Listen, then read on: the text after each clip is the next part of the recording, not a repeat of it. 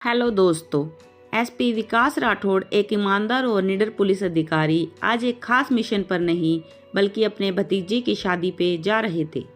वर्दी की जगह उन्होंने साधारण कुर्ता पजामा पहना था ताकि बिना किसी विशेष पहचान के शादी में शरीक हो सकें। उनका सरकारी वाहन और सुरक्षा दल पीछे छोड़कर वे अपनी पुरानी सफ़ेद सेंट्रो कार में अकेले ही निकल पड़े। रात के लगभग 9 बजे थे। शहर से बाहर निकलने के बाद उन्होंने हाईवे का रास्ता पकड़ा। ठंडी हवा बह रही थी और सड़कें वीरान होती जा रही थी। अचानक कुछ दूरी पर सड़क किनारे लाल झंडे लिए खड़े पुलिस वालों का एक झुंड नजर आया। अब ये क्या चक्कर है, विकास ने सोचा और गाड़ी धीमी कर दी। जैसे ही वह नाके के पास पहुंचे, एक हवलदार ने हाथ दिखाकर उन्हें रोकने का इशारा किया। गाड़ी साइड में लगाओ। विकास ने बिना कोई बहस किए गाड़ी किनारे पर लगा दी। हवलदार, जिसका नाम पवन था, खिड़की के पास आकर झुका और बोला, कहाँ जा रहे हो? भतीजे की शादी है, विकास ने सामान्य लहजे में कहा। कागजात दिखाओ। गाड़ी पुरानी है, इंश्योरेंस अपडेट नहीं लग रहा। नहीं, सब सही है, देख लो, विकास ने शांतिपूर्वक जवाब दिया। लेकिन पवन और उसके साथी सब अलग ही चाल चल रहे थे। चलो गाड़ी की तलाशी लेंगे, कुछ भी गलत मिला तो सीधा लॉकअप में डाल देंगे। विकास मुस्कुराया, मानो जानते थे कि ये सब क्या हो रहा है। उन्होंने कोई विरोध नहीं किया और कहा, ठीक है, देख लो। पुलिस वालों ने गाड़ी की तलाशी ली, लेकिन उन्हें कुछ भी संगीत नहीं मिला। अब वे झुंझला गए। देखो भैया, मामला समझो। रात में ऐसे अकेले घूमना ठीक नहीं, कोई भी परेशानी हो सकती है। अगर हमारी सेवा लोगे तो तुम्हारी यात्रा बिना रुकावट के पूरी होगी, पवन ने तंज कसते हुए कहा। विकास अब तक चुपचाप सब देख रहे थे। उन्होंने हवलदार की आंखों में आंखें डाल कहा, तुम लोग क्या चाहते हो? पवन हंसते बोला, बस 150 रुपए यह खुशी से दे दो और आराम से जाओ। और अगर मैं ना दूं? विकास ने ठंडे स्वर में पूछा। अब पवन ने अपना रौब दिखाने की कोशिश की। तो फिर रात यहीं कटेगी। विकास ने एक लंबी सांस ली, फिर धीरे से बोले, अच्छा, तो रिश्वत ही एकमात्र रास्ता है? पवन और उसके साथी हंसने लगे। यह हाईवे हमारा है, यहाँ से कोई बिना दान दक्षिणा दिए नहीं जाता। अब विकास ने अपनी जेब में हाथ डाला और एक कार्ड निकाला। पवन ने ध्यान से देखा। जैसे ही उसने नाम पढ़ा, एसपी विकास राठौड़, तो उसकी हंसी अचानक रुक गई। उसका चेहरा सफ़ेद पड़ गया। उसके साथी भी हैरान हो गए। विकास ने पहली बार अपनी असली आवाज में कहा, अब बताओ, तुम्हारी रात कहाँ कटेगी? पवन का चेहरा सफ़ेद पड़ चुका था। उसने कांपते हुए कार्ड को ध्यान से देखा और जैसे ही उसे एहसास हुआ कि उसके सामने खड़ा आदमी कोई आम नागरिक नहीं बल्कि पूरे जिले के एसपी साहब हैं, उसके पसीने छूट गए। उसके साथी भी अब हैरान हो गए। एक पुलिस वाला, जिसे सब संजय कहकर बुला रहे थे, धीरे से बोला, साहब, हमें नहीं पता था आप एसपी साहब हैं। विकास ने ठंडी नजरों से पवन की ओर देखा और मुस्कुराते हुए बोले, क्या हुआ? क्या कानून सिर्फ बड़े लोगों के लिए होता है? क्या आम आदमी से ऐसे ही अवैध वसूली की जाती है? पांडे ने घबराकर कहा, नहीं साहब, वह तो बस चाय पानी के लिए। चाय पानी?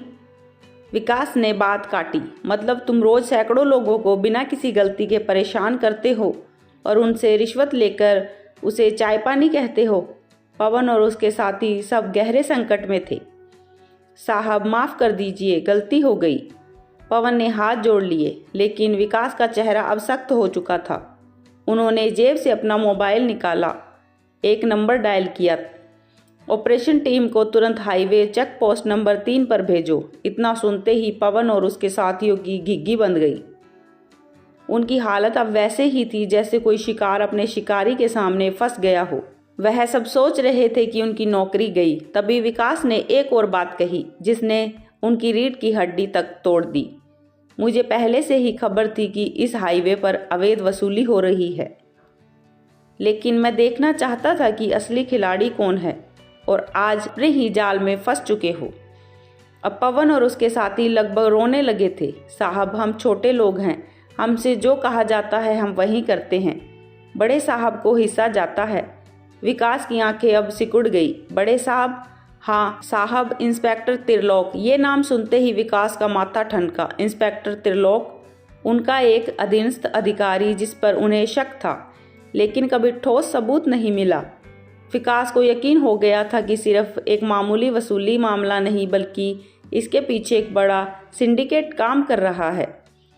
जैसे ही पवन और उसके साथी अपनी सफाई दे रहे थे, तभी दूर से काले रंग की स्कॉर्पियो गाड़ी तेजी से उनकी ओर बढ़ने लगी।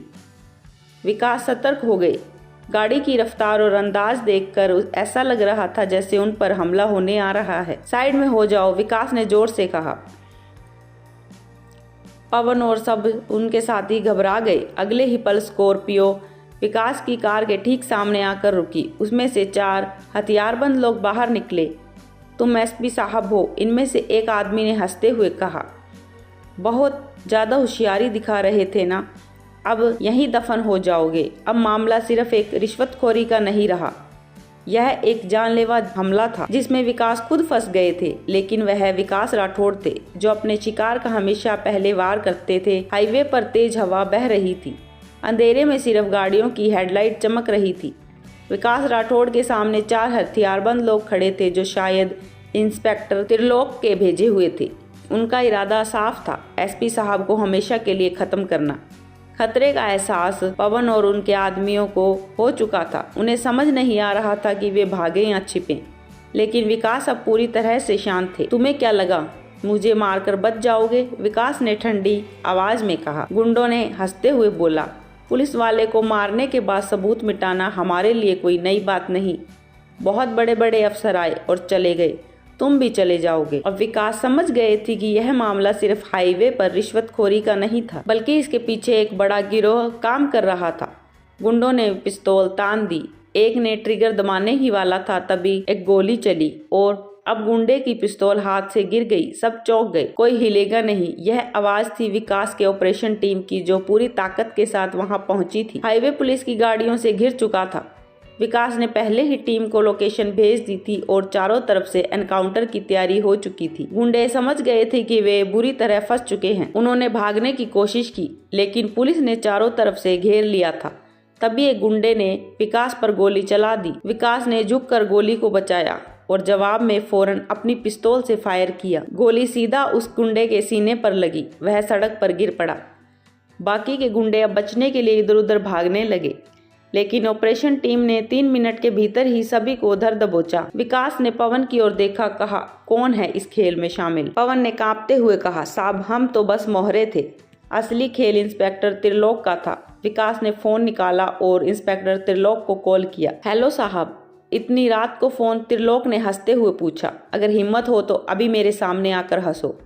इंस्पेक्टर विकास की आवाज में ऐसी कड़वाहट थी, दूसरी तरफ सन्नाटा छा गया था। पुलिस टीम ने त्रिलोक को उसके घर से उठाया। पूछताछ में पता चला कि वह हाईवे वसूली गैंग का मास्टरमाइंड था।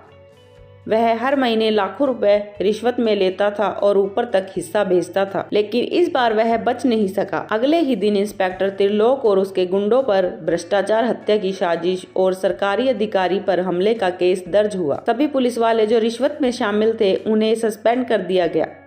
विकास राठौड़ ने एक गहरी सांस ली।